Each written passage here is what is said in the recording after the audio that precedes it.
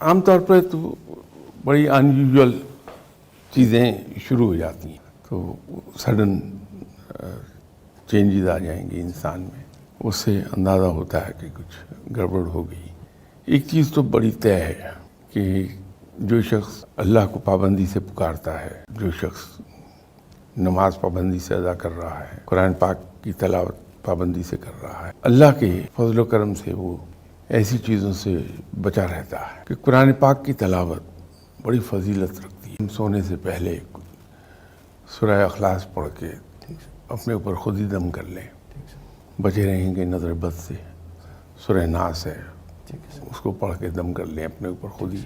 لوگ اندیشہ ظاہر کرتے کہ مجھ پہ تعویذ ہو گئے، مجھ پہ جادو کر دیا،